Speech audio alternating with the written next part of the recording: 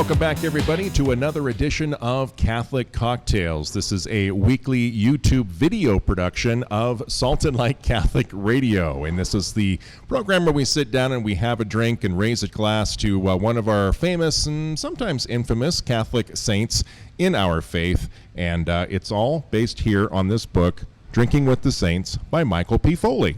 So each week we'll be talking with Teresa Zapeta about a particular saint on his or her feast day. It may be that day, it may be during that week that we release the episode.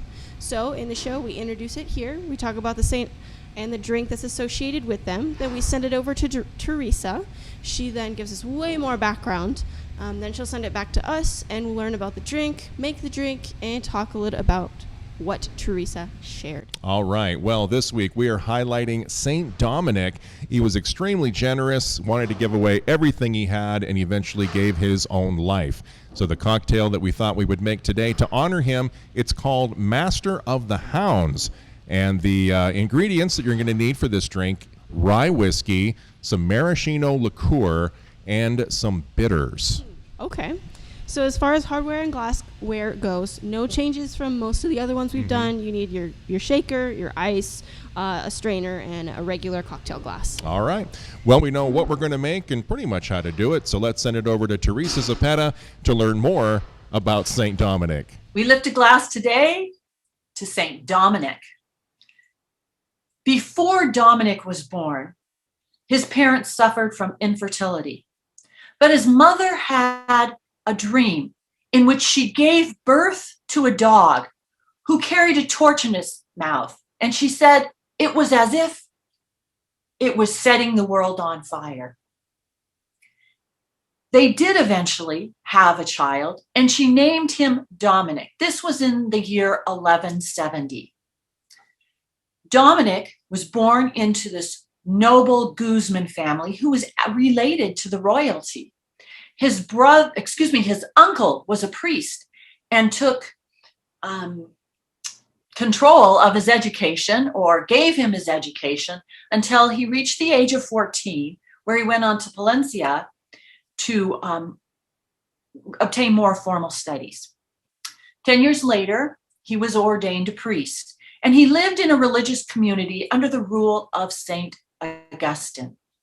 The abbey of that rule became Bishop of Osma, and then Dominic, at the age of 31, became the prior of this religious community.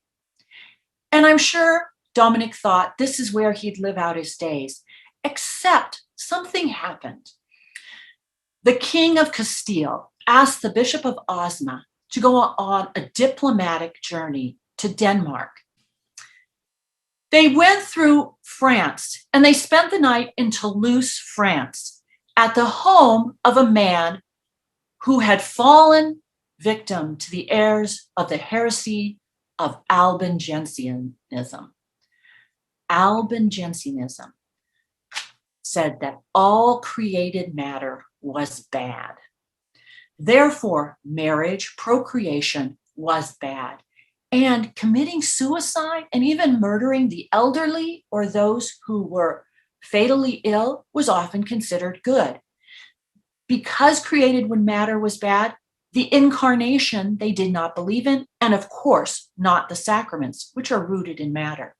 Dominic spent the night in discussion with his host and was able to persuade him of the errors of this heresy.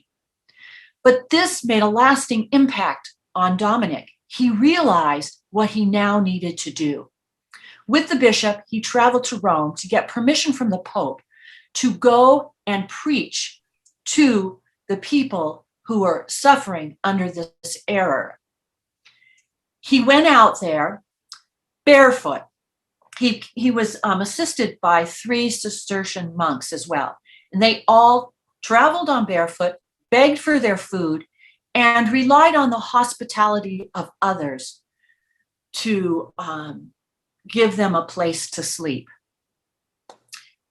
They now became believable spokespeople for the gospel of Jesus Christ. And through gentle persuasion, reasoned discussion, they were able to convert people back to the Catholic faith. In 1206, Dominic then organized a group of Dominican women who are now the center of the Dominican Order of Nuns. And these women were then to minister to those people who were coming back from the heresy. In 1214, Dominic had a vision of Our Lady, who presented him with the precursor to our rosary, which we now have as our rosary. This was a way that, again, Dominic could preach the gospel to a people who were under the heresy of the fact that there was no incarnation. In 1216, Dominic then founded the Dominican order. This was the order of men who, unlike the current religious orders who lived a contemplative life and did manual labor, the Dominicans would study, pray, travel, and preach. It wasn't long after Dominic established the Dominican order that he, on a mission, fell sick and died on August 6, 1221. As always, we film Catholic Cocktails inside the beautiful Harp Irish Pub in Meridian, Idaho, and standing behind me, bartender extraordinaire Garrett, and he is going to make us Master of the Hounds. Sounds intimidating, but yet there's only 3 ingredients. So walk us through the process here. What do we have here in front of you? We've got our rye whiskey, in this case Rittenhouse 100 proof, very good, well-balanced rye. The good old classic Angostura bitters. And then we're going to use some cherry juice, or normally it calls for Marciano liqueur, but we're going to use cherry juice because we don't have a Marciano liqueur. Well, there you go. Sounds easy enough. So I will step away and we'll watch Garrett make Master of the Hounds.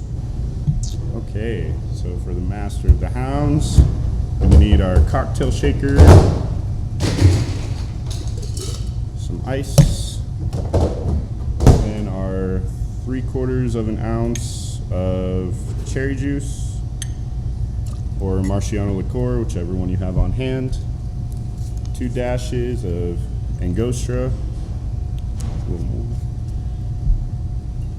then our 1.5 ounces of our Rittenhouse rye whiskey,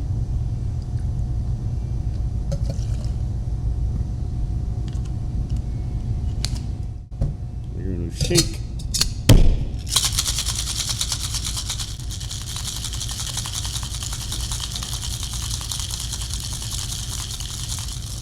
For 10 to 20 seconds-ish. And we're going to strain to a martini glass or an up glass.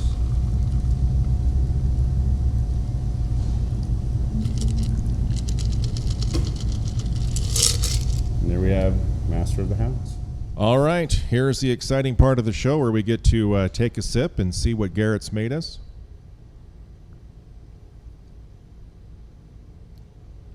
That's strong, but it's good.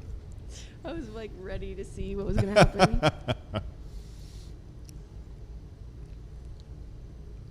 It tastes like cinnamon. Like if a hot tamale was like melted. I just now picked that up. Yeah. Interesting. Wow. So if you like the hot tamale candies, I think you'd like this drink. Mm-hmm. It actually reminds me. I think my mom would like that. So I'm wondering about the color. Yes. Why? Is there like something why the in name? the book? Yeah. Why Okay. the name? So, I was doing a little bit of research throughout the book, and it said if you go to page 202, like the very end, to page 203 at the very top, it kind of explains why they picked Master of the Hounds as the name. So the Dominicans, the order, not the Islanders, have earned a few sobriquets. No? Okay. I have no idea. I went to college, everyone. Over the centuries. One of them is a pun on their name. Instead of Dominicani, they are called Dominicanes, or Hounds of the Lord. If the Dominicans are hounds and St. Dominic is their master, then St. Dominic is master of the hounds. All right. Well, the mom's dream, going back to what Teresa was saying, she has this dream that she gives birth to a dog, and the dog has the torch in its mouth and is basically going to set the world on fire, which in a way he does. Okay. Which, always kind of begs the question, can God communicate to us through our dreams? Because there's been times, deja vu for me personally over the years has been, I've lived this moment, but sometimes I think it was just a dream that I had, and then it happens later on. So I don't know. That could be heresy. Get out. No, I'll have that happen all the time, actually, where I'll be in a moment, and I will have either had a vision or a dream years before. I'm talking like 10 years, and then it will happen. I'll be like, I've been here before, and then I'll be like, this is going to happen next, and it happens, and I'm like, what is going on here? Right. So I don't know if you're believing all that, but yeah. So that could be part of the deal with Mom's dream that she has Dominic to set the world on fire. He fought against the Albigensian heresy, where the physical, tangible world was basically evil. So body evil, material things were evil, right? Including the flesh, which I thought was interesting. But murder, that's okay. Oh, that's fine. That's fine. So I'm glad we don't follow that heresy here in the 21st century. Yeah, exactly. But it was through his witness, and that's what I think we forget sometimes as Catholics, is we can do more good in the world by just living out our Catholic faith correctly, mind you, but witnessing the joy that we get from our faith rather than having to memorize the catechism. Right. Well, I mean, the Catholic faith is a lifestyle. It's not a set of rules, right? And it is a relationship. This is how I choose to behave with God and towards God. And so when you're living that lifestyle and it brings you true joy, right? Because you're fulfilling your nature, which is to follow God, because we were created by God. So we're all called back to what we were created by. Right. We could go into the whole theology behind it, but I've had that several times where people are like interested or want to talk to me about faith when they haven't before, just because I'm willing to talk about it, but not in a way where I'm like, you can't do the fire and brimstone, shove it down their throat and all that kind of thing. Doesn't work. It never works. The Dominican order is called the Order of Preachers, but if you feel like you're not called to preach, what are some other ways that we can get the message across to those who see us and interact with us on a daily basis? Well, I would say, like we were just saying, through your example, like social interactions, if you're at parties, if you're at maybe even just a small hangout with a couple people, just being aware of what the conversation is and then taking it from there, or bringing it up when you see behavior that's not okay. I'm not saying be like, oh, you're a sinner, but or volunteer for things, help out at church and help with catechism classes or help with youth group or whatever. If you really think that you have the background that you would be good at that, please go and do that. Now, there are a lot of people don't do it if you know that you don't have the education to do it. Right. That's what's scary, and that's what we have a lot of. So. Well, and we also have a lot of people that claim to be Catholic, but then in the public eye, they're not doing At Catholic all. things. Yeah. And granted, we are all sinners. If I point at you, I have three fingers pointing back at me. Right. We if we're going to talk the talk, we got to walk the walk. So make sure that we're not preaching, and then we turn around and we're dropping bad language and doing bad things. Well, the whole everybody sliver in can your see. neighbor's eye with the log in your own. Yeah, exactly. So anyway. Alrighty. Well, I think that's all we can say about St. Dominic. Yeah. Special thanks to Teresa Zapata for her knowledge, and also for the fine folks here at the Harp Irish Pub in Meridian. That wraps up another episode of Catholic Cocktails. What are we looking forward to next week? So make sure to subscribe. Follow us on Facebook, Instagram, all that good stuff. Leave comments and interact with our YouTube page, Facebook page, and all that kind of stuff. We would love to hear from you. We've asked a lot of questions today, so if there's something that either Trinity or myself has maybe piqued your interest, leave a comment. Or there was heresy. Yeah, if you're a clergy member and we said Please something wrong, let us know. we love correction.